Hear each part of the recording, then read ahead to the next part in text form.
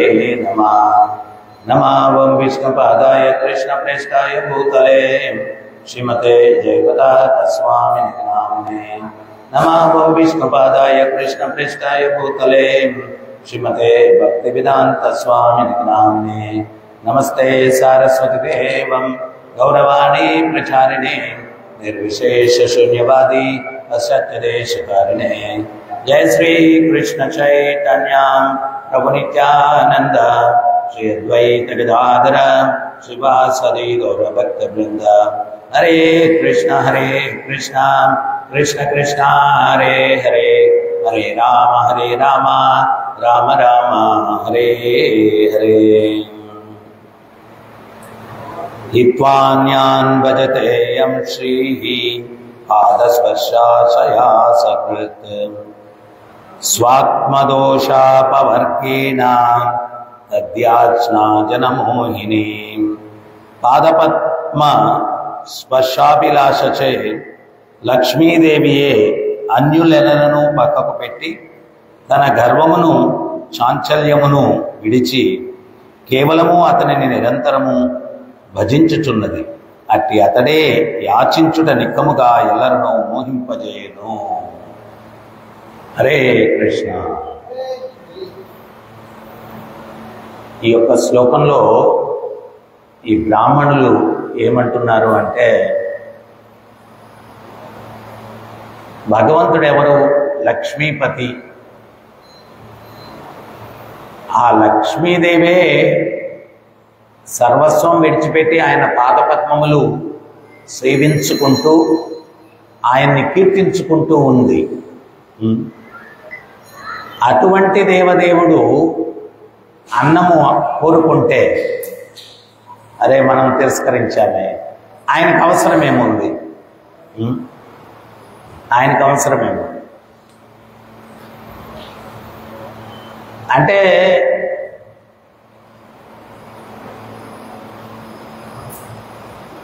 భగవంతుడు ఒకసారి ప్రభుపాదుల వారు శిష్యుడు ఒక ఆయన ప్రభుపాదుల వారిని అడుగుతారు, ఏమని అంటే,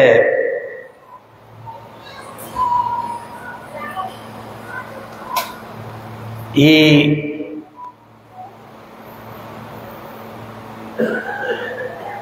భగవంతుడు పూర్ణ పురుషోత్తముడైతే మనం ఎందుకు ఆయనకి నైవేద్యాలు పెట్టాలా, సేవలు చేయాలా?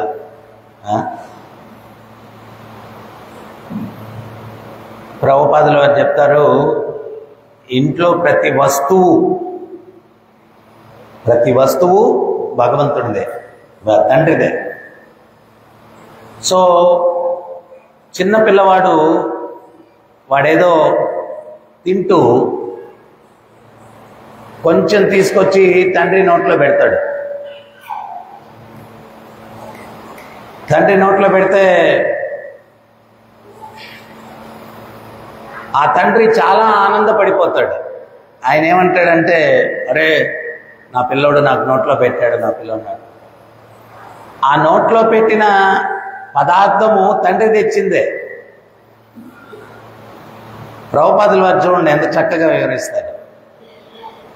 ఈ పిల్లోడు చిన్నోడు, వాడేమైనా తెచ్చుకోగలడా, వాడేమైనా తయారు చేసుకోగలడా? ఏం లేదు. ఆ పదార్థం అంతా కూడా తండ్రిదే. కానీ ఆ తండ్రి పదార్థాన్నే తిరిగి మళ్ళా తండ్రికి ఇస్తే ఆ తండ్రి చాలా ఆనందపడిపోతాడు. అదే రకంగా మనము ప్రేమతో భగవంతునికి ఏదైతే అర్పించుకుంటామో ఆయన ఆనందపడతాడు, సంతృప్తి పడతాడు. ఇక్కడ అందరూ ఏంటి, ప్రతిదీ కూడా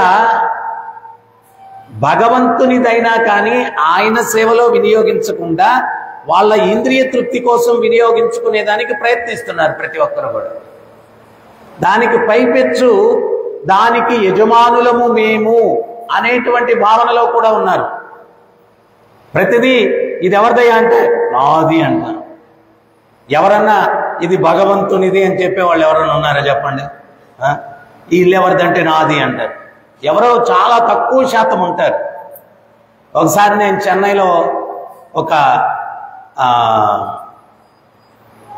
పెద్ద వ్యాపారవేత్త, మన భక్తుడు అనమాట, ఆయన ఇంటికి వెళ్ళాను. ఆయన ఇంటికి వెళ్తే ఎక్కడ చూసినా కృష్ణుడి విగ్రహాలు, కృష్ణుడి పటాలు ఇల్లంతా పెట్టుకొని ఉన్నాడు.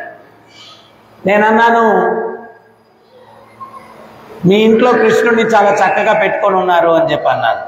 అంటే ఆయన అన్నాడు, క్షమించాల ప్రభుజీ, కృష్ణుడిని మా ఇంట్లో పెట్టుకోవడం కాదు, కృష్ణుడి ఇంట్లో నేను ఉంటున్నాను అన్నాడు.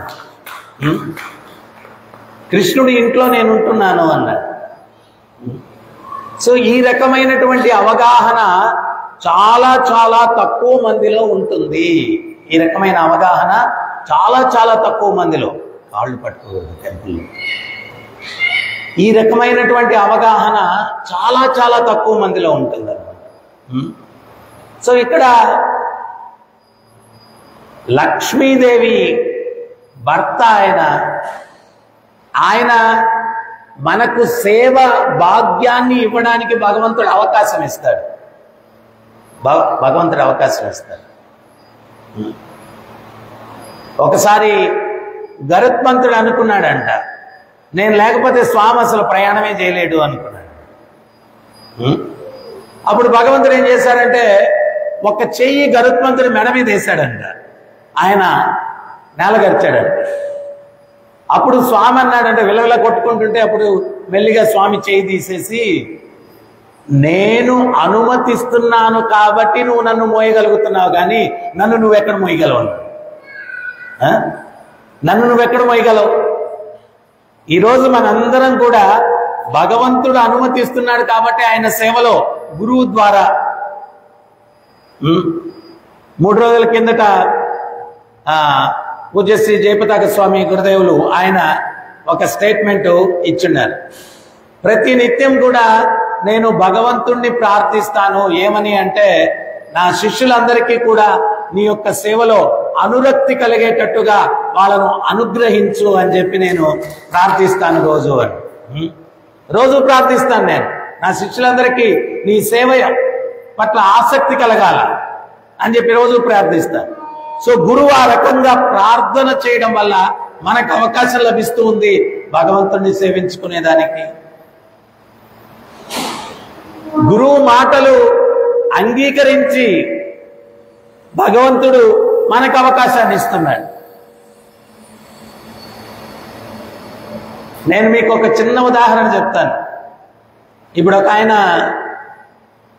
14,000 కోట్లు ఎంతో గవర్నమెంట్కి ఎగ్గొట్టి విదేశాలకు పారిపోయి ఉన్నాడు ఒక ఆయన.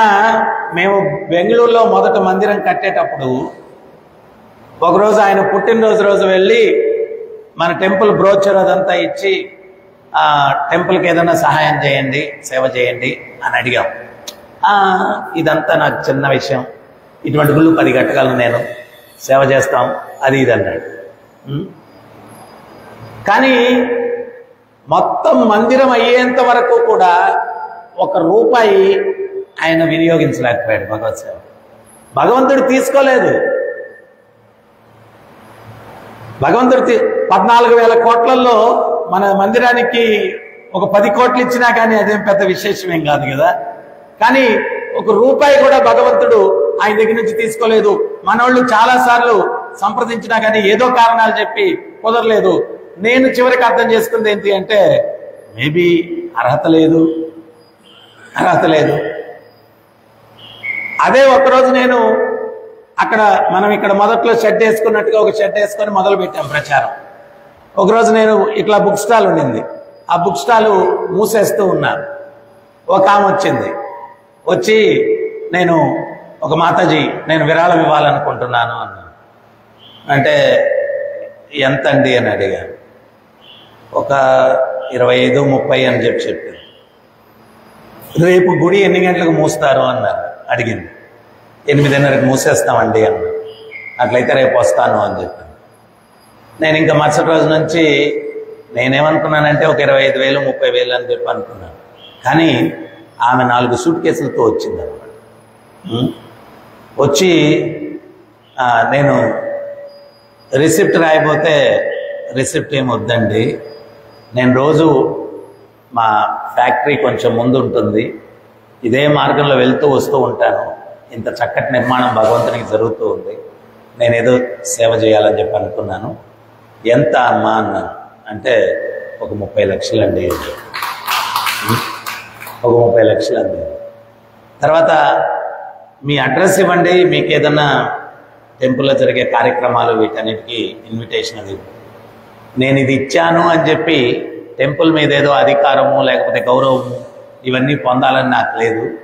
మీరు దీన్ని భగవత్ సేవకు వినియోగించండి అని చెప్పి అవి ఇచ్చేసి వెళ్ళిపోయాను. ఎవరో తెలియదు, ఏంటో తెలియదు. కానీ వారం రోజుల నుంచి అందరం సీరియస్గా జపం ఎక్కువ చేస్తున్నాం. ఎందువల్లంటే చాలా పేమెంట్స్ ఉన్నాయి, చాలా కన్స్ట్రక్షన్లో చాలా ఇది ఉంది.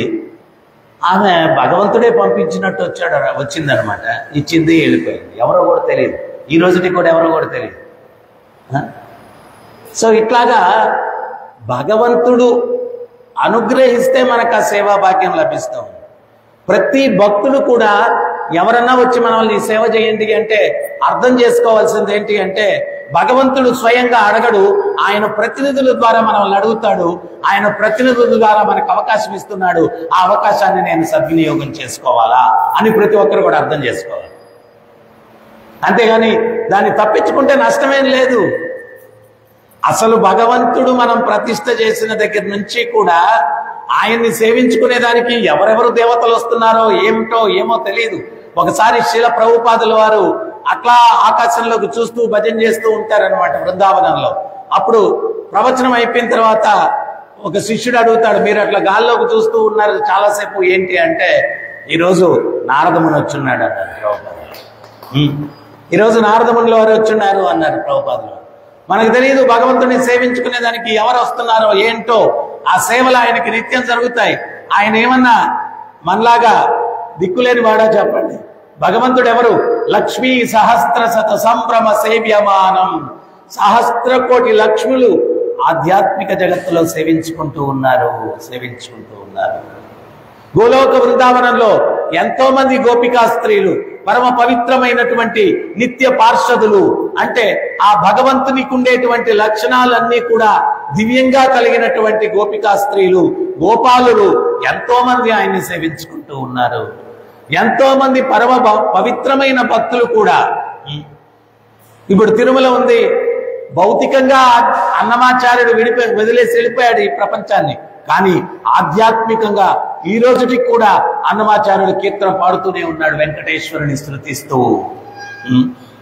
ఈ రోజుకి కూడా జరుగుతుంది, కీర్తన జరుగుతుంది. భగవంతుడు అంత కళ్యాణమూర్తిగా అక్కడ ఉన్నాడు అంటే మన సేవల కోసం కాదు, ఈ పూర్వాచార్యులు ఇప్పటికీ కూడా సేవించుకుంటూ ఉన్నారు కాబట్టి ఆయన అట్లా ఉన్నాడు, మంగళకరుడిగా అక్కడ ఉన్నాడు. ఈ రోజుకి కూడా ఉన్నాడు. అన్ని పుణ్యక్షేత్రాల్లో కూడా ఆ పూర్వాచార్యులు నిత్య సేవలు జరుపుతూ ఉన్నారు భగవంతునికి. నిత్య సేవలు. భగవంతుడు చెప్తాడు, బృందావనాన్ని నేను వదిలిపెట్టను అంటాడు. ఆయన బృందావనాన్ని వదిలిపెట్టినప్పుడు ఆయన ప్రియమైనటువంటి భక్తులు కూడా వదిలిపెట్టరు, వాళ్ళు కూడా ఉంటారు అక్కడ. షడ్గోస్వాములు ఈ రోజుకి కూడా బృందావనంలో ఉన్నారు. ఆ భగవంతుడిని కీర్తిస్తూ ఉన్నారు, ఆ భగవంతుడిని సేవించుకుంటూ ఉన్నారు. సో అందువల్ల ఆ భగవంతుని యొక్క సేవా భాగ్యం మనకు లభించినప్పుడు దొరకునా ఇటువంటి సేవ? అది దొరుకుతుందా? ఎవరన్నా వచ్చి చెప్పారు, ప్రభు మాల్జయ్ ప్రభు అన్నారు. ఆ నాలుక రకరకాలైన మాటలు మాట్లాడుతూ ఉంటుంది. ఎంత భాగ్యం ఆ దివ్యమంగళుడైనటువంటి ఆ భగవంతుని యొక్క నామాన్ని కీర్తించడం. ఎంత భాగ్యం అది. అందుకనే మనం అర్థం చేసుకోవాలా, బలి చక్రవర్తి ఆయన భగవంతుడు వామన రూపంలో వచ్చాడు. శుక్రాచార్యులు వారు వచ్చారు. గురువు మాటలు ధిక్కరించకూడదు అంటారు, గురువు మాటలు తిరస్కరించకూడదు అంటారు. కానీ ఎవరన్నా గురువు భగవంతుణ్ణి నువ్వు సేవించొద్దు అని చెప్తే అటువంటి గురువుని తిరస్కరించవచ్చు అని చెప్పి ఉదాహరణ ఇక్కడ అనమాట. అటువంటి గురువును తిరస్కరించవచ్చు. ఆయన చెప్పాడు, ఈ వామన రూపంలో వచ్చినటువంటి వ్యక్తి నువ్వేదో సామాన్యుడని చెప్పి అనుకుంటూ ఉన్నావు, సాక్షాత్తు ఆ శ్రీహరే నీ ఐశ్వర్యమును హరించడానికి వచ్చాడు అన్నాడు.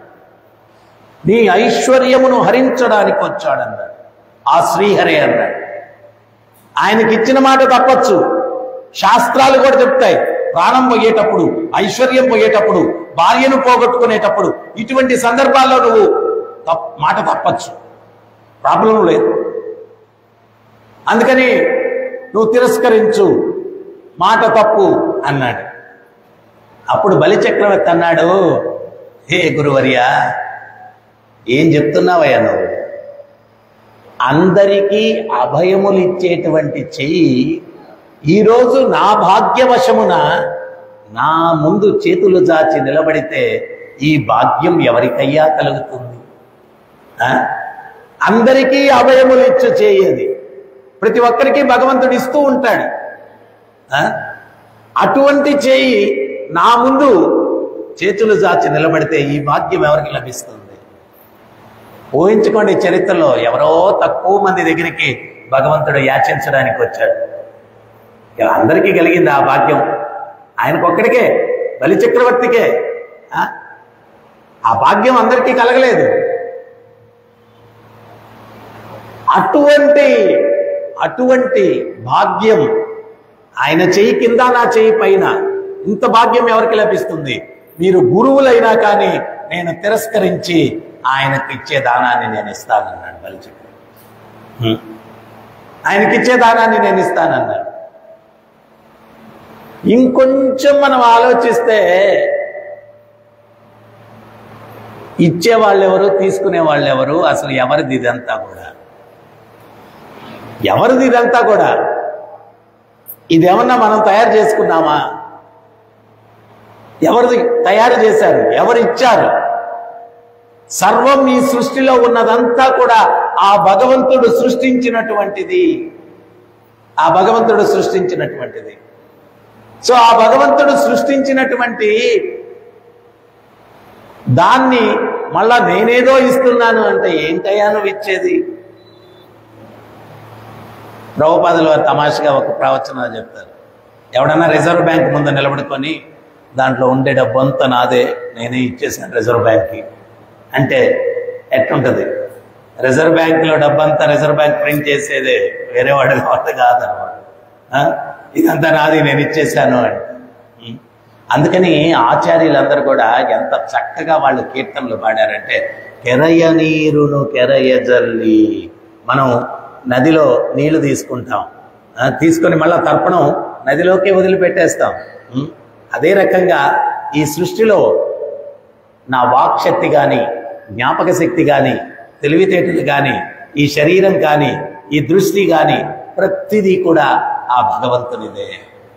ఇది అర్థం చేసుకుంటారు కాబట్టి భక్తులు ఎప్పుడూ కూడా తాము చేసినటువంటి సేవకు అహంకారాన్ని తెచ్చుకోరు. ఇది అవగాహన ఉంటుంది కాబట్టి వాళ్ళకి. ఎందువలంటే సర్వం భగవంతునిది, ఆయనది. ఆయన సేవలో వినియోగించి నేను ఎట్లా అహంకారం పొందుతాను? సో అందువల్ల పూరీ క్షేత్రంలో ఒక పెద్ద జమీందారు ఉంటాడంట. అక్కడ పూజారి దగ్గరికి వచ్చి అంటాడంట, నేను 1,00,000 రూపాయలు విరాళం ఇస్తాను, అయితే 1,00,000 రూపాయలతోటి ఒకే ఒక నైవేద్యం పెట్టాలి. అప్పుడు అంటే ఇప్పటికే కాస్త కోస్త విలువ ఉంది 1,00,000 రూపాయలకి. కొన్ని వందల సంవత్సరాల కింద 1,00,000 రూపాయలు అంటే అది ఎన్ని వందల కోట్లు. సో ఈ పూజారి ఆలోచించుకొని చెప్తాలేండి అన్నాడు. మళ్ళా వచ్చి, ఏమయ్యా ఆలోచించావా? ఇంకా లేదండి ఆలోచన. ఎన్ని రోజులు ఆలోచిస్తావు నువ్వు అని గట్టిగా అడిగాడు. ఆ రోజు పోయి జగన్నాథుడితో, స్వామి రోజు తలకాయ తినేస్తున్నాడు ఈయన, 1,00,000 రూపాయలతో ఒకే నైవేద్యం అంట, ఏంటో అర్థం కావట్లేదు, ఏం చేయాలో అని చెప్పి అంటే, ఆ రోజు భగవంతుడి స్వప్నంలో వచ్చి ఏనుగు ముత్యంతో తాంబూలం పెట్టమని చెప్పి నాకు చాలు అన్నాడు. అంటే ఏనుగుకి ఇక్కడ ముత్యం ఉంటుందంట, అదేసి తాంబూలం పెట్టాలా? అది అన్ని ఏనుగులకు ఉండదంట. సో దాని యొక్క విలువ 1,00,000 కాదు, ఎంతో ఉంటుందంట.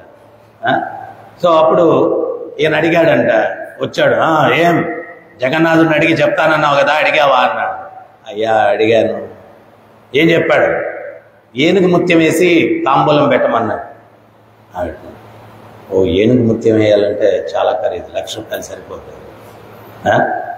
1,00,000 పెట్టినా దొరకదు, అది దొరికితే కదా. అప్పుడు ఇంద్రియాల్లోకి వచ్చి నేను అహంకారంతో అట్లా అడిగాను, ఈ 1,00,000 రూపాయలు తీసుకోండి, మీరు ఎట్టయినా కానీ భగవత్ సేవకు వినియోగించండి అని చెప్పి ఇచ్చేశాడు. ఈ 1,00,000 రూపాయలు తీసుకోండి ఎట్టయినా. సో ముఖ్యంగా ఏంటి అంటే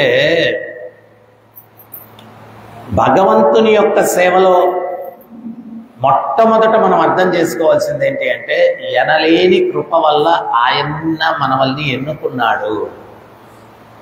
ఆయన్ని సంశయించడం కానీ ఆయన చెప్పిన చాలామంది మహాభారతంలో కూడా ధర్మరాజు యొక్క రథము భూమిని తాకలేదంట. ఆయన ధర్మ సౌశల్యానికి అట్లా గాల్లో నడుస్తూ ఉన్నాడు. అశ్వత్థామ అతకుంజరహ అని చెప్పి భగవంతుడు చెప్పమన్నాడని భగవంతుడు అబద్ధం పలికించాడు నా చేత అని ధర్మరాజు భగవంతుణ్ణి శంకించాడని. చాలామంది భాష్యకారులు ఏం రాస్తారు అంటే ధర్మరాజు అబద్ధం చెప్పాడని భూమిని తాకింది అని చెప్పి రాస్తారు. అది కరెక్ట్ కాదు. ధర్మరాజు భగవంతుణ్ణి శంకించాడంట, అందుకని భూమిని తాకిందంట. ఒకవేళ ఆయన అబద్ధం చెప్పి భూమిని తాకుంటే మళ్ళా ఎందుకు గాల్లోకి లేచింది? మళ్ళా ఎందుకు గాల్లోకి లేచింది అంటే ఈయన యొక్క భావనను సరి చేసుకున్నాడంట. ఏమని అంటే భగవంతుడు ఏం చెప్తే అది సత్యం, ఏం చెప్తే అది ధర్మం, ఏం చెప్తే అది నీతి. ఆయన్ని శంకించానేంటి అని చెప్పి చంపలేసుకొని నా తప్పైపోయింది, ఇదే ధర్మం అదే సత్యం, అశ్వత్థామ తక్కుంజరని చెప్పన్నాడంటే అదే ధర్మం అదే సత్యం అని చెప్పి తన యొక్క ఆలోచనని మార్చుకున్నప్పుడు అప్పుడు మళ్ళా రథం మళ్ళా పైకి లేచిందండి. అప్పుడు మళ్ళా రథం పైకి లేచిందండి. అంటే యుద్ధం జరగాల్సిన అవసరం లేదు. యుద్ధానికి ముందే తత్వదర్శనులంతా కూడా తత్వం అర్థమైపోయింది వాళ్ళకి. కృష్ణుడు శంఖారావాన్ని పూరించాడు, అర్జునుడు పూరించాడు, భీష్మ పితామహుడు, ద్రోణ పితామహుడు, ద్రోణాచార్యుల వారు ఒకరినొకరు చూసుకొని నవ్వుకుంటున్నారంట. ఏమిటయ్యా వాళ్ళు నవ్వుకుంటున్నారు అంటే ఆ విజయుడు అర్జునుడు ఆ భగవంతుడు విజయ శంఖారావాలు పూరించారంటే పాండవ పక్షంలో విజయం అయిపోయింది. పాండవ పక్షంలో విజయం అయిపోయింది అని ఒకరినొకరు చూసి నవ్వుకుంటున్నారండి. దుర్యోధనుడికి అర్థం కాలేదు, వీళ్ళేందబ్బా వాళ్ళు వీర ఉత్సాహంతో శంఖారావాలు పూరిస్తూ ఉంటే వీళ్ళు కూడా పూరించకుండా ఒకరి ముఖాలు ఒకరు చూసి నవ్వుకుంటున్నారేంటి? దుర్మార్గులకు అర్థం కాదు. భగవంతుని అర్థం చేసుకోవాలా అంటే భక్తి అనేది ఉండాలి. అందుకనే బ్రహ్మ సంహితలో బ్రహ్మ చెప్తాడు, ప్రేమాంజన చురిత భక్తి విలోచనైనా. ప్రేమ అన్నటువంటి ఆయింట్మెంట్ ఎవడైతే రాసుకుంటాడో వాడే ఆ ప్రేమస్వరూపుడైన భగవంతుడిని అర్థం చేసుకోగలడు, భగవతత్వాన్ని అర్థం చేసుకోగలడు. శంఖారావాలు పూరించారు, అయిపోయింది, యుద్ధం అయిపోయింది. సంజయుడు యుద్ధానికి ముందే ఏం చెప్పాడు? ఎత్ర యోగీశ్వర కృష్ణో ఎత్ర పార్థో ధనుర్ధర తత్ర శ్రీ విజయోర్భూతి ధ్రువావీతే మతిర్మమ. యోగీశ్వరుడైనటువంటి కృష్ణుడు, ధనుర్ధారి అయినటువంటి అర్జునుడు ఎక్కడ ఉంటే అక్కడ సకల సంపదలు, సిరులు, శాంతులు, విజయాలు అన్నీ ఉంటాయి.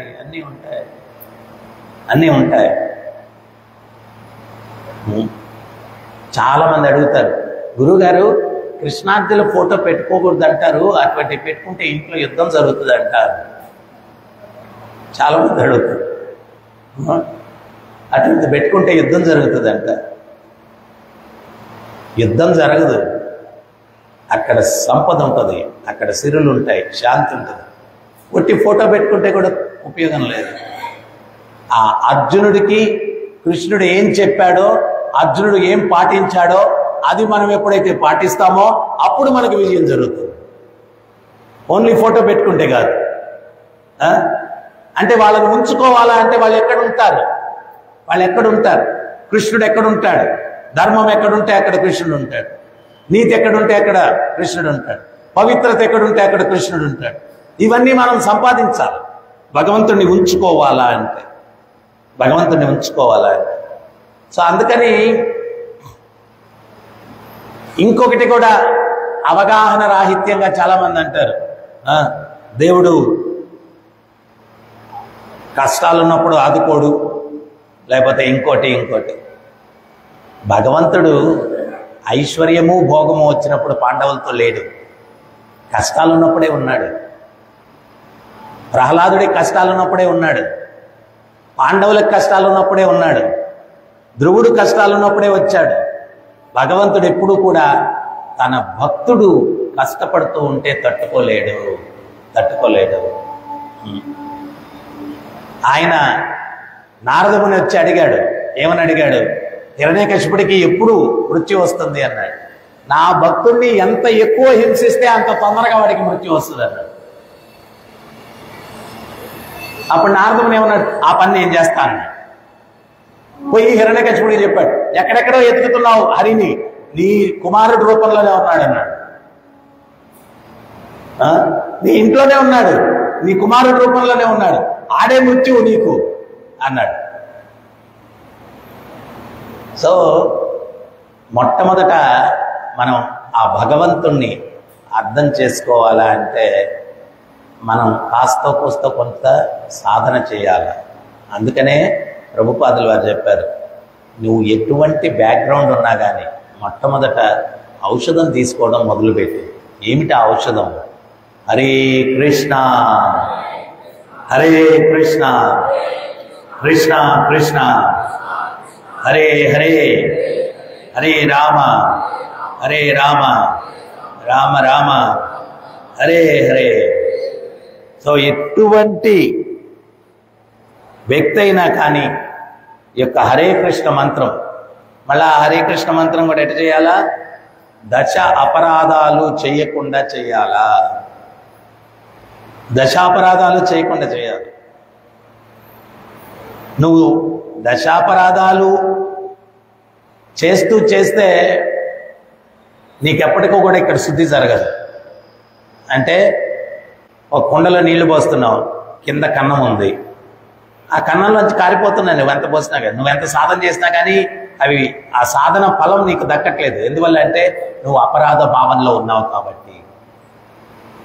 అపరాధ భావనలో ఉన్నావు కాబట్టి అంత కూడా పోతూ ఉంది.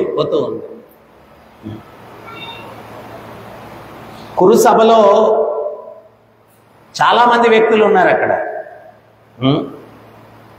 ద్రోణాచార్యుడు, భీష్ముడు, వీళ్ళందరూ కూడా భగవంతుడిని చూడగలుగుతూ ఉన్నారు. కానీ దుర్యోధనుడు చూడగలిగాడా? దుర్యోధనుడు చూడలేదు. ఎందువల్ల? దుర్యోధనుడు అసూయ కలిగి ఉన్నాడు, ద్వేషము కలిగి ఉన్నాడు. ఈ అసూయ, ద్వేషము ఇవన్నీ ఉన్నప్పుడు ఆ భగవంతుణ్ణి చూడలేము. భగవంతుణ్ణి ఎప్పుడు చూడగలము అంటే ప్రేమ దృష్టి ఉన్నప్పుడు. అందుకనే బ్రహ్మ సంహితలో బ్రహ్మ చెప్తున్నాడు, ప్రేమాంజన చురిత భక్తి విలోచనేన. ప్రేమ అన్నటువంటి ఆయింట్మెంట్ రాసుకుంటే చూడగలము. వీళ్ళందరూ భగవంతుణ్ణి సేవించుకోవాలని చెప్పి అనుకుంటున్నారు. కానీ దుర్యోధనుడు భగవంతుణ్ణి బంధించాలనుకుంటున్నాడు. ఎంత మూర్ఖత్వం ఆ దేవదేవుణ్ణి బంధించాలనుకోవడం చెప్పండి. ఎవరు బంధించగలరు ఆయన్ని? యశోదమ్మ బంధించగలదు, కానీ దుర్యోధనుడు బంధించలేడు. ఎందువల్లంటే దుర్యోధనులో ద్వేష భావన ఉంది, యశోదమ్మలో ప్రేమ భావన ఉంది. ప్రేమతో బంధించింది యశోదమ్మ. ద్వేషంతో ఎవరు కూడా భగవంతుడిని బంధించలేరు.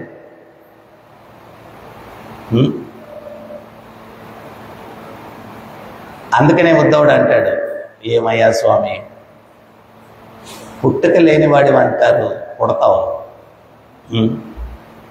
ఒక సామాన్య బాలకుడిలాగా తల్లితో దెబ్బలు తింటావేంటయ్యా? తల్లితో దెబ్బలు. ఆమె 3000 జన్మలు తపస్సు చేసింది. ఏమని అంటే ఆ దేవదేవుడు అఖిలాండ కోటి బ్రహ్మాండ నాయకుడు నా పుత్రుడు అవ్వాలా అని. మరి ఆమె కోరిక. పుత్రుడు అయ్యాడు.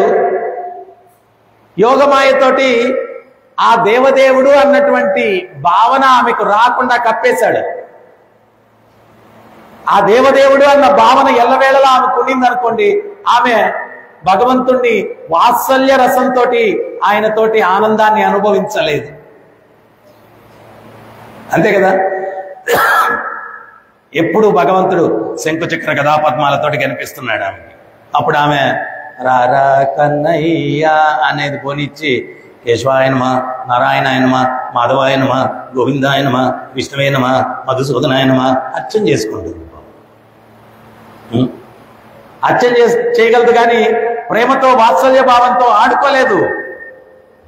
అందుకని ఏం చేశాడు అంటే ఎన్ని మానవాతీతమైనటువంటి లీలలు ఆయన చేస్తూ ఉన్నా కానీ పూతన అన్నటువంటి రాక్షసుని సంహరించాడు, అగాసురుడు అన్నటువంటి రాక్షసుని సంహరించాడు, ప్రలంబాసుడు ఎంతో మంది రాక్షసుల్ని, బకాసురుడు, కాళీయుడు ఎంతో మందిని వధిస్తూ ఉన్నా ఆమెకు మాత్రం కృష్ణుడు తన బిడ్డడే.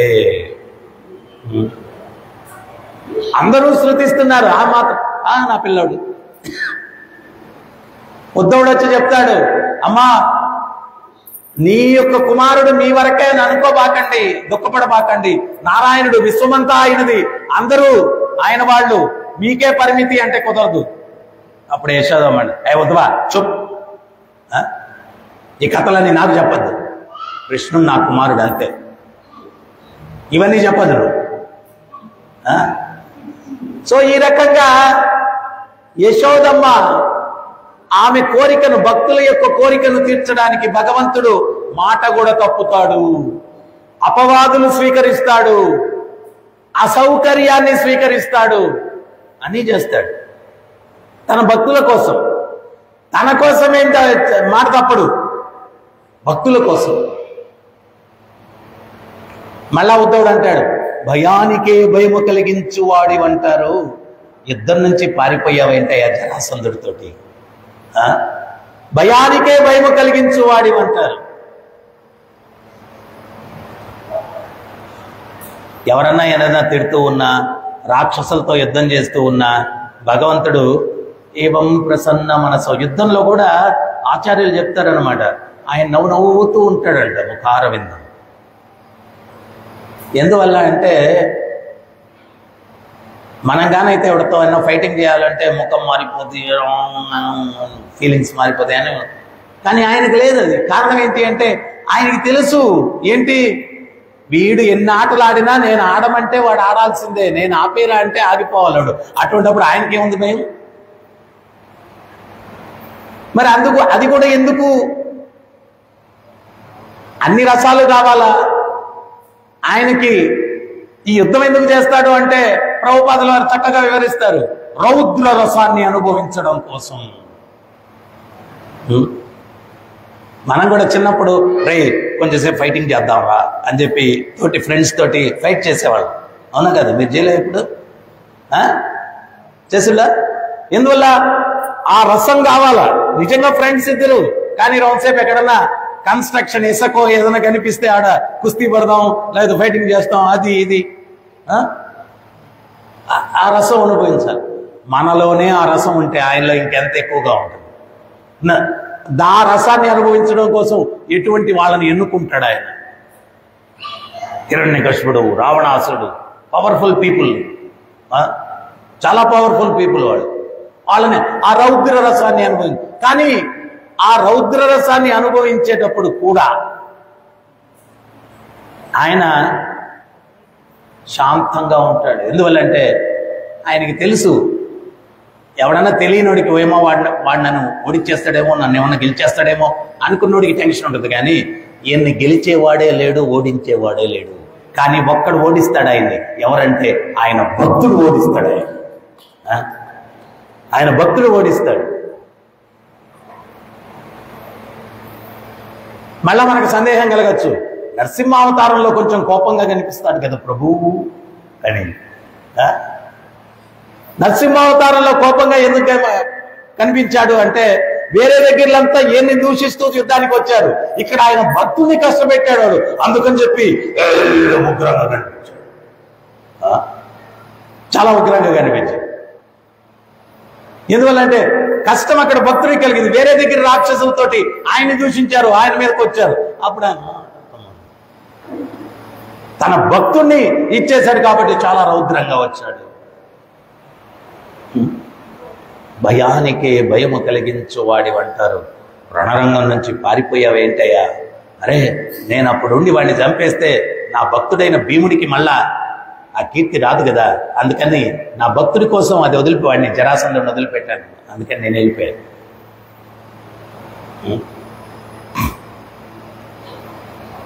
మాట తప్పని వాడివంటారు, మాట తప్పుతావేంటయ్యా?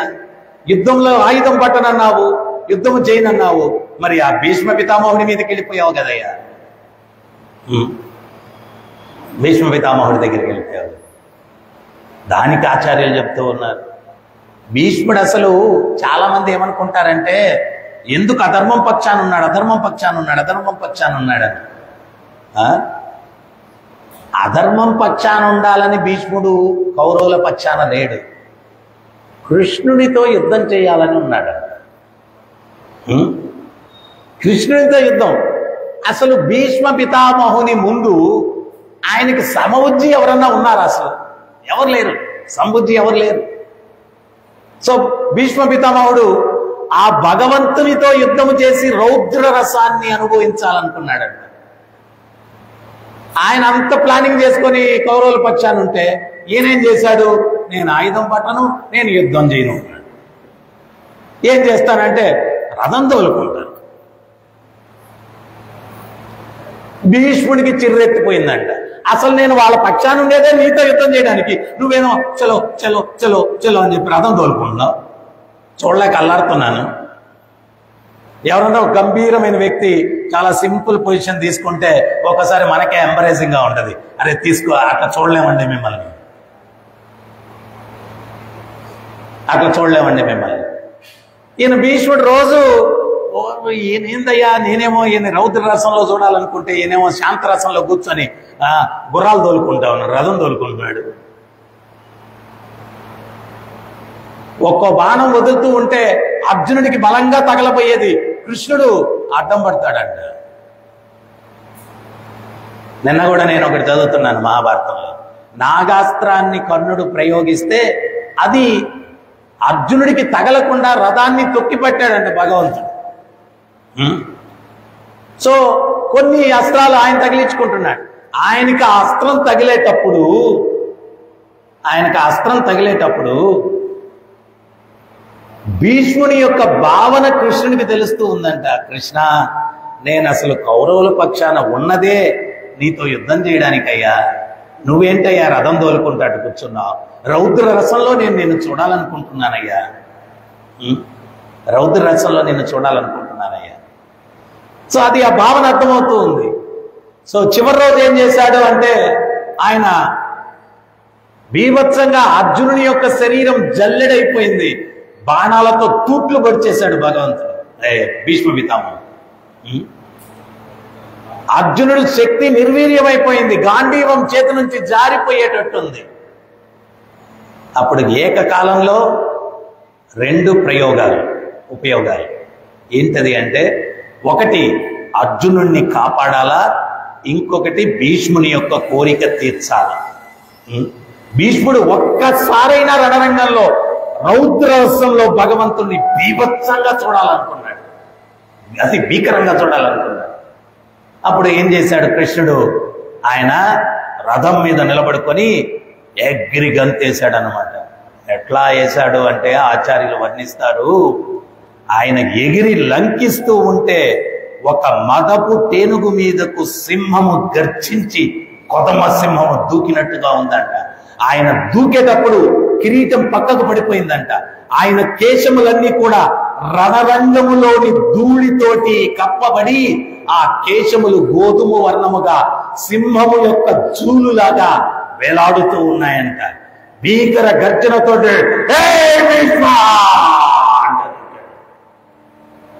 అది చూసి ఎట్లా ఉందంటే సింహ గర్జనలాగా ఉంది. ఆయన దూకి అక్కడ విరిగి పడి ఉన్నటువంటి రథ చక్రాన్ని చేతిలోకి తీసుకున్నాడు, చక్రంగా తీసుకున్నాడు. అది చూసి భీష్మ పితామహుడు ప్రసన్నమయ్యాడు, కోరిక అయిపోయింది. ఆయన ఏం చేశాడు, అస్త్రాలు పక్కన పడేశాడు, రథం దిగేశాడు, మోకాళ్ళ మీద కూర్చున్నాడు, స్వాగతిస్తున్నాడు. రా స్వామి రా, చంపేనాడు, మీ చేతిలో చావడం కన్నా ఇంకేం కావాలా, రా రా చంపే, రా స్వామి. సో ఈ రకంగా భగవంతుడు ఏంటి అంటే ఆయన చేతిలో చావడం కన్నా ఇంకేం కావాలా? ప్రతిదీ ఆయన అనుగ్రహిస్తేనే. ఆ భీష్ముని యొక్క తపన లోపల చూసి అనుగ్రహించాడు, ఆ రౌద్ర రసాన్ని చూపించాడు, ఆ రౌద్ర రూపాన్ని చూపించాడు. ఆయన అనుగ్రహిస్తే మనకు ఆ అవకాశం లభిస్తుంది. ఇక్కడ బ్రాహ్మణులు కూడా అంటూ ఉన్నారు, ఏమని అంటున్నారంటే, ఆ లక్ష్మీపతి ఆయనకి కరువే ఉంది భోజనానికి, ఆయన అడిగాడంటే మేము తిరస్కరించామంటే ఎంత మూర్ఖత్వం అది, ఎంత మూర్ఖత్వం అది. అవకాశాన్ని కోల్పోయాం. సో అందువల్ల మనవల్ని ఎవరైనా కానీ నామం చేయండి, భక్తి చేయండి అంటే అది భగవంతుని పిలుపులాగానే మనం భావించాలా. భగవంతుడు నేరుగా వచ్చి, మనం అంత గొప్పవాళ్ళం కాదు, ఏదో పాండవులు లేకపోతే ప్రహ్లాదుడు లేకపోతే భీష్ముడు అంతటువంటి మహాత్ములం కాదు. భగవంతుడు స్వయంగా వచ్చి మన కోరికలు తీర్చడానికి, ఆయన కోరుకునేదానికి, నన్ను సేవించండి అని కోరుకునేదానికి. బలిచక్రవర్తి గొప్పవాళ్ళం కాదు, ఆయన వామన రూపంలో వెళ్ళి చేతులు చాచి అడుక్కుంటున్నాడు ఆయన్ని. ఏంటి ఆ లక్ష్మీపతి ఆయనేంటి అడుక్కోవడం, కానీ బలిచక్రవర్తి గొప్పతనం అది, అందుకని చెప్పి వెళ్ళాడు అక్కడికి. మనం అంతటి గొప్పవాళ్ళం కాదు, అందువల్ల ఆయన ఎవరి ద్వారానో చెప్పిస్తాడు. ఇప్పుడు వీళ్ళకు కూడా ఈ బ్రాహ్మణులకి గోపాలుల ద్వారా చెప్పించాడు. ఆ గోపాలులు వచ్చారు, ఎవరి కోసం మీరు యజ్ఞాలు చేస్తున్నారో, అసలు యజ్ఞో వై విష్ణువు, విష్ణువుని సంతృప్తిపరచడానికి ఏ యజ్ఞమైనా కానీ చేయాలా?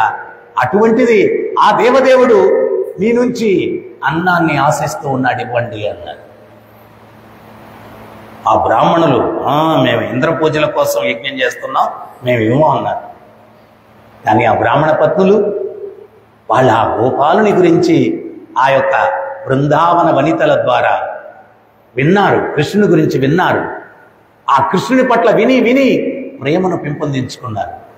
వాళ్ళకి ఎప్పుడైతే ఈ గోపాలులు వచ్చి చెప్పారో, కృష్ణుడు ఈరోజు భోజనం చేయలేదు, మీరు భోజనం తీసుకుని వెళ్ళి వేస్తే ఆయన ఆనందంగా స్వీకరిస్తాడన్న మాట విన్నారో, తక్షణమే ఇంట్లో ఉన్న ఆహార పదార్థాలన్నీ కూడా బుట్టల్లో పెట్టుకుని బయలుదేరారు.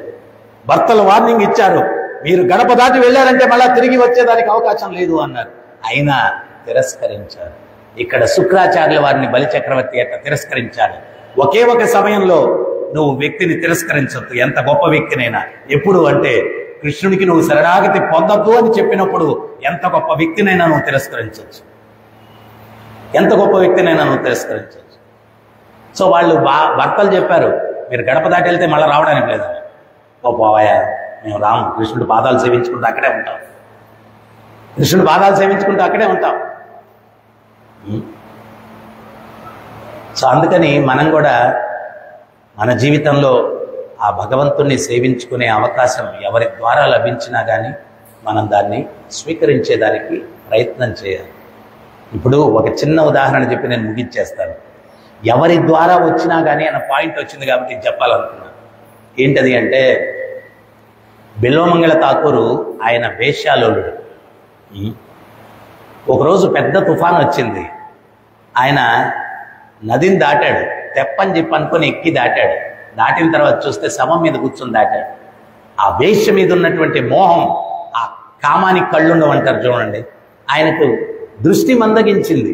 తెప్పని కొని కూర్చొని దాటాడు, శవం మీద కూర్చొని దాటాడు. తీరా ఆ వేశ్య ఇంటికి వెళ్తే తలుపులు వేసుంటే గోడ దూకడానికి తాడని పట్టుకొని దూకాడు. తీరా చూస్తే అది తాడు కాదు, పాము.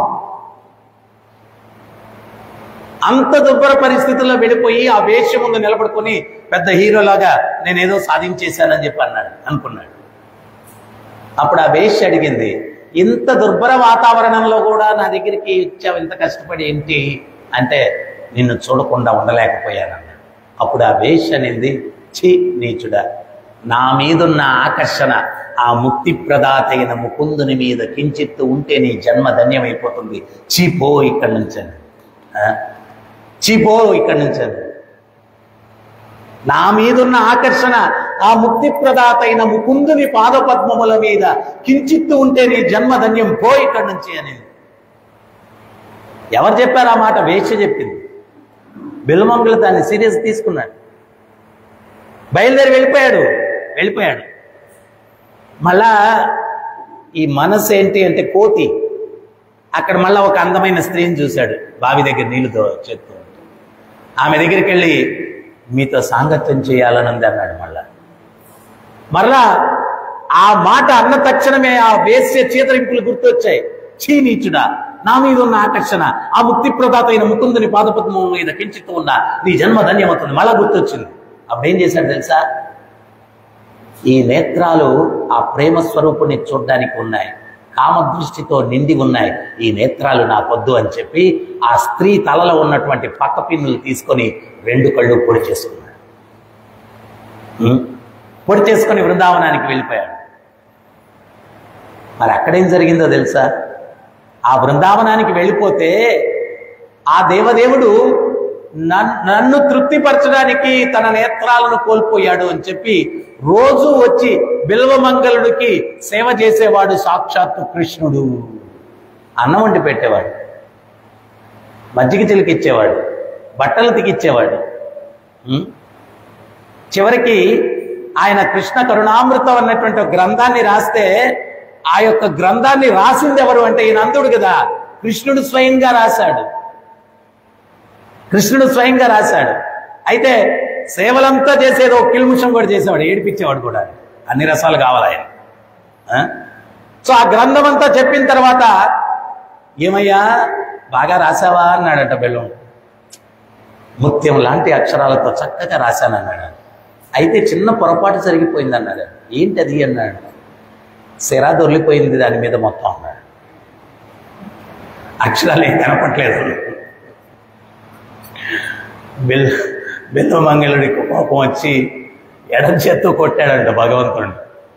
కొడితే భగవంతుడి కోపం వచ్చిందంట. నేనేదో చమత్కారం ఆడితే నన్ను కొడతాడా, నేను వెళ్ళిపోతున్నాను అని చెప్పి అక్కడున్న శిష్యులు కొంతమంది బయట ఉంటే ఆ కుటీరం ముందు చెప్పాడంట. నాకైతే కోపం వచ్చింది, వెళ్ళిపోతున్నాను. కానీ ఆ ముసలోడు నేను లేకపోతే బతకలేడు. నా మీద విరహం వస్తే చెప్పండి, పలానా దగ్గర ఉంటాను, కేరళలో అలానే అరణ్యంలో అక్కడ ఉంటాను అని చెప్పాడు. ఒక 2-3 రోజులకి వెనక్కి శూన్యాయితం జగత్ సర్వం గోవింద విరహేనని భక్తుడు ఆ గోవిందుడు లేకుండా ఉండలేడు. నిజంగా మనం కూడా నామం పట్ల కొంచెం ఆసక్తి, అది పూర్తి చేయకపోతే ఆ రోజు ఏదో అసంతృప్తిగా ఉంటుంది. నామం ఖచ్చితంగా కంప్లీట్ చేయాలి. సో ఆ భగవంతుడు లేకపోతే శూన్యంగా భావిస్తారు. సో ఆయన అక్కడున్న శిష్యుల్ని అడిగాడు, అరే ఆ పిల్లోడు ఏడురా, ఆడి మాట చాలా మధురంగా ఉందిరా, ఆడి చేష్టలు చాలా మధురంగా ఉంటాయిరా, ఏడి రావట్లేదు ఏంటి, ఏదో నేను కోప్పడ్డాను అంత మాత్రాన వెళ్ళిపోతాడా? బిల్వమంగళుడు అడిగేవాడంట, అరే అబ్బాయి రోజు వచ్చి నాకు సేవ చేస్తావు, ఎవర్రా నువ్వు అనేవాడు. నా పేరా గోపాల్లెండి అనేవాడు. మీ తల్లిదండ్రులు ఎవరినైనా అనేవాడంట. మా తల్లిదండ్రులంగా నందబాబా యశోదమ్మ అనేవాడు. సో ఆ పిల్లవాడు లేకుండా నేను ఉండలేను స్వామి. ఆ పిల్లవాడే చెప్పాడు ఆ విషయం, దక్షిణ భారతదేశంలో పలారి అరణ్యంలో ఉంటాడంట. అరే వెళ్ళిపోదాం అక్కడికన్నా.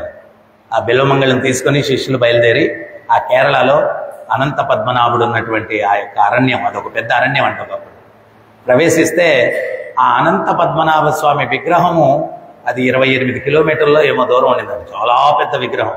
ఆ విగ్రహం టచ్ అవ్వగానే ఆయనకు దృష్టి వస్తుందంట బిల్వమంగళం. చూస్తే చాలా పెద్ద విగ్రహం. స్వామి నేనేదో విభీషణుడో ఇంకోరో కాదు, మిమ్మల్ని అంత గొప్పగా సేవించుకునేదానికి నా శక్తి కొద్దీ మీరు తగ్గండి సేవకు అంటే అప్పుడు 18 అడుగులకు తగ్గుతారండి స్వామి. అప్పటి నుంచి బిల్వమంగళుడు ఆ అనంత పద్మనాభుడిని సేవించుకొని తరించాడంట. ఈ రోజుటి కూడా బిల్వమంగళ ఠాకూర్ యొక్క సమాధి అనంత పద్మనాభ స్వామి దేవాలయానికి 1 కిలోమీటర్ దూరంలో ఉంటుందన్నమాట. అక్కడే ఆయన శరీరాన్ని త్యజించారు. సో ఒక వేశ్య చెప్పినా కానీ భగవంతుని సేవించుకోవాలి. ఎవరు ప్రభుపాదులు ఒకటే చెప్తారు, మంచి మాట, మంచి మాట. మలంలో బంగారం ఉన్నా తీసి కడుక్కుంటే బంగారం ఏం చెడిపోదు, మలంలో కడుక్కుంటే శుద్ధి అయిపోదు, బంగారు ప్యూరెస్ట్ అన్నమాట. సో అట్లాగే ఎటువంటి వ్యక్తి దగ్గర నుంచైనా భగవంతుని సేవించుకో అనేటువంటి మాట వచ్చినప్పుడు అది భగవంతుని నుంచే వచ్చిందిగా భావించి ఆ సేవను చేసుకొని తరించడం కోసం మనం ప్రయత్నించాలా. ఇక్కడ ఆ బ్రాహ్మణులు బృందావనంలో ఆ గోపాలురు వచ్చి చెప్పారు, భగవంతుడికి భోజనం పెట్టండి అయ్యా అంటే తిరస్కరించారు. ఇప్పుడు విలపిస్తున్నారు ఈ శ్లోకాల్లో, అరే అంత భాగ్యాన్ని కోల్పోయామే. మనకు కూడా ఆ సేవా భాగ్యం పోయిన తర్వాత బాధపడి ఉపయోగం లేదు. అందువల్ల అవకాశం వచ్చినప్పుడు సేవించుకొని ధరించడానికి ప్రయత్నించాలి. హరే కృష్ణ. ఎవరికన్నా ఏమైనా సందేహాలు, డౌట్స్?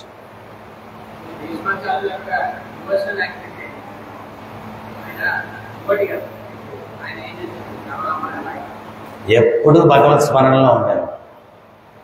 అంబసేయ మీద పడుకొని విష్ణు సహస్రనామం చెప్పాడు. మనం అన్నీ బాగుంటేనే చెప్పట్లేదు. అంతకన్నా గొప్ప డివోషన్ ఏముంటుంది. ఈ 24 hours కృష్ణ కాన్షియస్ భీష్మ పితామహ ఆ వాసుదేవుణ్ణే స్మరిస్తూ ఉన్నాడు ఎల్లవేళ. తర్వాత ఎప్పుడూ ధర్మం గురించే ఆలోచిస్తుంది. పాండవ పక్షపాతి, పాండవులను ఎప్పుడూ అభిమానించేవాడు. ఎందువల్లంటే పాండవులు ధర్మంగా ఉన్నారు కాబట్టి. అందుకనే మహాజనుల్లో ఒక మహాజనుడు భీష్మ పితామహుడు. ఆయన అడుగుజాడల్లో నడవమని చెప్తుంది భాగవతం. చాలా గొప్పవి. ఇంకేమైనా సందేహాలు?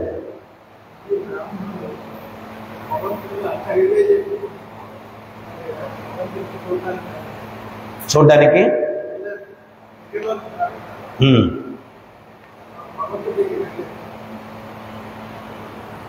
అంటే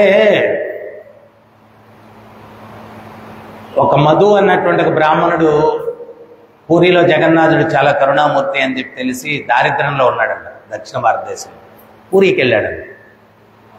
వెళ్ళి రోజు జగన్నాథుడిని ప్రార్థించేవాడంట, నాకు ఐశ్వర్యం కావాలి, ఐశ్వర్యం కావాలి, ఐశ్వర్యం కావాలి. జగన్నాథుడు ఇవ్వట్లేదు. ఒకరోజు సముద్ర తీరంలో కూర్చొని, నేను ఇంకా ప్రాణత్యాగం చేసేస్తాను, ఐశ్వర్యం ఇవ్వలేదు కాబట్టి. ఎప్పుడు కూడా భక్తుడు ఒకటే అర్థం చేసుకోవాలి, మనం కోరుకున్నటువంటి కోరిక అది మనకు మంచి చేస్తుందో చెడు చేస్తుందో మనకు తెలియదు. అందువల్ల ఎప్పుడు కూడా భగవంతుడిని నాకు ఇదే కావాలి ఇదే కావాలని పట్టుపట్టకూడదు. నాకు ఏది మంచిదో నీకు తెలుసు స్వామి, దానికి అనుగుణంగా చెయ్యి అని చెప్పి అనుకోవాలి అంతే. అది కూడా యాక్చువల్గా అనుకోవాల్సిన అవసరం లేదు. సో అటువంటిది ఆ ఐశ్వర్యం వీడికి చెడుపు చేస్తుందేమో, భగవంతుడు ఇవ్వట్లేదు. వీడేమిటి ఆ సముద్ర తీరంలో కూర్చొని నేను కోరుకున్నది ఇవ్వట్లేదు కాబట్టి నేను ప్రాణత్యాగం చేసేస్తాను. ఒక ఆజానుభావుడు సముద్రం మీద నుంచి వస్తున్నాడు. వస్తూ ఉంటే వీడు అనుకున్నాడు ఇంత తేజవంతంగా ఉన్నాడు, ఆ సాక్షాత్ జగన్నాథుడేమో అని చెప్పి వెళ్ళి, స్వామి మీరు జగన్నాథుడా అన్నాడు. కాదు, ఆ జగన్నాథుడి యొక్క దాసుని ఆయన్ని దర్శించడానికి వెళ్తున్నాను అన్నాడు. నన్ను కూడా తీసుకెళ్ళండి అన్నాడు. సరేనని చెప్పి నేరుగా గంభీర దగ్గరికి వచ్చారు. గంభీర దగ్గరికి వచ్చి చైతన్య మహాప్రభుని కలిశాడు. ఆయన రావయ్యా అంటే, ఆ సన్యాసి నేను కలుస్తాంలే, సన్యాసులు చాలా మందిని చూశానని చెప్పి రాలేదు. మరి చైతన్య మహాప్రభు ఎవరు? ఆ సాక్షాత్ జగన్నాథుడే భక్తావతారిగా అవతరించాడు. ఆయన విభీషణుడు ఆయనతో ఏదో సాంగత్యం చేయడానికి వచ్చాడు, వెళ్ళాడు. కొన్ని గంటల తరబడి ఆయనతో కూర్చున్నాడు చైతన్య మహాప్రభుతోటి. ఆయన తిరిగి వచ్చేస్తూ ఉంటే, అయ్యా జగన్నాథుడిని కల్పిస్తానని తీసుకొచ్చి కల్పించలేదే అన్నాడు. అంటే ఓరి పిచ్చోడా, ఆ సన్యాసి రూపంలో ఉన్నటువంటిది సాక్షాత్తు జగన్నాథుడేరా, కృష్ణ చైతన్య మహాప్రభు అన్నాడు. అప్పుడు స్వామి అట్టయితే నన్ను కల్పించండి అన్నాడు. మళ్ళా వెళ్ళాడు అనుమతి కోసం. అప్పుడు మహాప్రభు చెప్పాడు, వాడికి ఐశ్వర్యం ఇవ్వకుండా ఉండేది దేనికంటే నన్ను మర్చిపోతాడని. వాడు దాన్ని గుర్తించలేదు. నేను వాడికి వద్దు, ఐశ్వర్యం కావాలా, నీ దగ్గర చాలా ఐశ్వర్యం ఉంది కదా, వాడికి ఇచ్చి ఏదో దరిద్రుడు తరిస్తాడు అని చెప్పాడు. దర్శనం ఇవ్వలేదు చైతన్య మహాప్రభు. ఒక్కటి మనం గుర్తించాలా, ఈరోజు ఆచార్యుల కృప వల్ల, ప్రభుపాదుల వారి కృప వల్ల, వారి అనుమాయుల కృప వల్ల ఈరోజు మనకి భాగ్యం లభించింది. ఎప్పుడు కూడా అహంకారంతో మనం ఏదో గ్రేట్ అనుకోనో ఏదో అనుకుంటే, భగవంతుడు ఆయన భీష్మించాడు అంటే మనం దిక్కులేని వాళ్ళం అంతేనన్నమాట. ఇంకా కరుణ లేదు. ఆడికి ఇవ్వనన్నాడు, దర్శనం ఇవ్వన్నాడు చైతన్య మహాప్రభు. ఇవ్వను వాడు. సో మనం ప్రతినిత్యం కూడా భగవంతుడిని, నీ ఎనలేని కృప వల్ల నాకు ఈ భాగ్యం లభించింది స్వామి, నీ ఎనలేని కృప వల్ల నాకు ఈ భాగ్యం లభించింది, నా జన్మం ధన్యం చేశావయ్యా స్వామి, స్వామి అనుగ్రహం, మీ ఆశీస్సులు అన్నటువంటి భావనతో భగవంతుడి దగ్గర ఉండాలి. ఇచ్చినప్పుడు ఉపయోగించుకోలేదు ఆ బ్రాహ్మణులు, తర్వాత ఏడిస్తే ఉపయోగం. గ్రంథరాజ్ శ్రీమద్ భాగవతం కి, జగద్గురు శిల ప్రభుపాద్ కి, రాధా గోపీనాథ్ కి, రాధా పార్థసారథి కి, రాధా కృష్ణచంద్ర కి, జగన్నాథ్ బలదేవ్ సుభద్రమాయ की, गोविंद श्रीनिवास की, गौर निताय की, हरिनाम संकीर्तन की, निताय गौर प्रेमानंदे हरि। ఈరోజు సాయంత్రం 4 గంటలకి జగన్నాథ స్వామి స్నానయాత్ర. సో అందుకని ఆ కార్యక్రమానికి అందరూ పాల్గొనండి. ధోతి కుర్తాల్లో వచ్చి, ధోతి చెద్దర్లో వస్తే మీకు ఇదొక్క రోజే దీక్ష తీసుకున్న వాళ్ళకి, భక్తులకి కూడా ఆ జగన్నాథుడికి స్వయంగా మీరు అభిషేకం చేసేదానికి కూడా అవకాశం ఉంటుందన్నమాట. దానికి ఏదో సేవ ఇది పెట్టారు మనోళ్ళు. సో ఈ అవకాశాన్ని వినియోగించుకొని, మళ్ళా జగన్నాథుడు 27వ తేదీ వరకు మళ్ళీ మనకు దర్శనం ఇవ్వడు. ఆయనకి స్నానం చేసి కొంచెం జలుబు జ్వరం వస్తుంది అనమాట, ఆయన రెస్ట్ తీసుకుంటారు. సో ఇవన్నీ పూరి క్షేత్రంలో జరిగే లీలలు అనమాట. సో 27 వరకు ఆయన మళ్ళా దర్శనం ఇవ్వడు. ఈరోజు సాయంత్రం ఇక్కడ మన పార్కింగ్ ఏరియాలో ఏర్పాటు చేస్తూ ఉన్నారు. సో అక్కడ అందరూ కూడా పాల్గొని ఆ జగన్నాథుని యొక్క కృపకి పాత్రలు కావడానికి ప్రయత్నం చేయండి. హరే కృష్ణ.